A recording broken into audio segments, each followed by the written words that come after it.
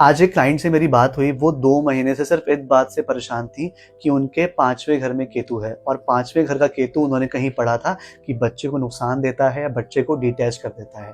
अब जब मैंने उनसे पूछा कि क्या आपका बच्चा स्पिरिचुअल भी है, तो उन्होंने बोला हाँ, मेरा बच्चा तो बहुत स्पिरिचुअल है, मंदिर जाता है, पुजारी जी भी उसको जानते हैं, सब उसको जानते हैं।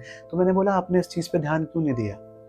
अब यही प्रॉब्लम होती है कि हम किसी एक प्लैनेट के बारे में सिर्फ एक चीज़ जानते हैं और उसको बदनाम करते रहते हैं। बुराइयाँ, अच्छाइयाँ हर एक प्लैनेट में होती हैं। अब फॉर एग्ज़ाम्पल किसी का केतु बैठ जाता है 7th हाउस में, वो बोलेगा भाई मेरे को शादी नहीं करनी चाहिए बिकॉज़ पार्टनर छोड़ के चला जाएगा। ऐसा नहीं है। हो सकता है आपका पार्टनर स्पिरिचुअल हो सकता है आपका पार्टनर आपसे बहुत दूर रहता हो, फॉरेन में जाके आपको पार्टनर मिले बिकॉज़ केतु जो है वो फॉरेन का भी कारक होता है। लेकिन नहीं, भाई 7th हाउस में केतु बैठा है तो अच्छा नहीं है। आप केतु को समझिए। एग्ज़ाम्पल के तौर पे आपने गमला देखा, उसमें बहुत ही खूबसूरत फूल लगा हुआ है, बहुत ही लाल-लाल फूल हैं, बढ़िया चमक रहा है, आप उसकी बड़ी तारीफ़ कर रहे हो। लेकिन आपको ये नहीं दिख रहा कि उस फूल में न्यूट्रिशन कहाँ से आ रहे हैं, उस फूल में पावर कहाँ से आ रही है। वो पावर आ रही है जड़ से, और वो जो जड़ है ना, वो केतु है, और जो फूल दिख रहा है वो राहु है। लेकिन बात क्या है, केतु दिखावा नहीं करता और लोगों को आजकल दिखावा ही पसंद है। यही प्रॉब्लम होती है जिनका न्यूमरोलॉजी नंबर 7 होता है या जिनका केतु लगन में होता है, केतु 5th में होता है, वो लोग अपने प्यार को एक्सप्रेस नहीं कर पाते और लोगों को लगता है कि वो प्यार करते ही नहीं है।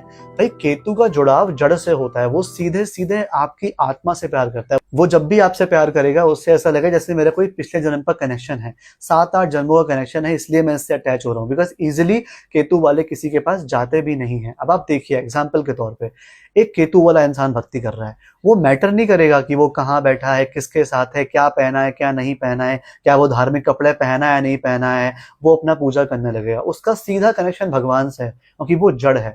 अब जब बृहस्पति की बात आती है तो बृहस्पति पूरा नियम से करेगा, मंत्र करेगा, हर चीज करेगा। शुक्र होगा तो भाई उसको आसपास के माहौल से भी फर्क पड़ेगा कि उसने कपड़े क्या पहने हैं, ठीक है, आसपास का माहौल कैसा है, म्यूजिक बज रहा है नहीं बज रहा है, प्रसाद अच्छे से आया है नहीं आया। लेकिन केतु को इस सबसे कोई भी मतलब नहीं है, उसे सिर्फ और सिर्फ सादगी से मतलब है। उसे पता है मेरा कनेक्शन है तो हाँ बस सही है। अब आप यहाँ देखिए कि राहु अगर किसी का 10th हाउस में बैठा है और केतु बैठ जाता है 4th हाउस में, तो 4th हाउस उसकी जड़ हो गई। अब अगर वो अपनी पर्सनल लाइफ पे ध्यान नहीं देगा तो इवेंचुअली उसका जो करियर है वहां भी प्रॉब्लम आ जाएगी। इतना गहरा संबंध होता है राहु और केतु में।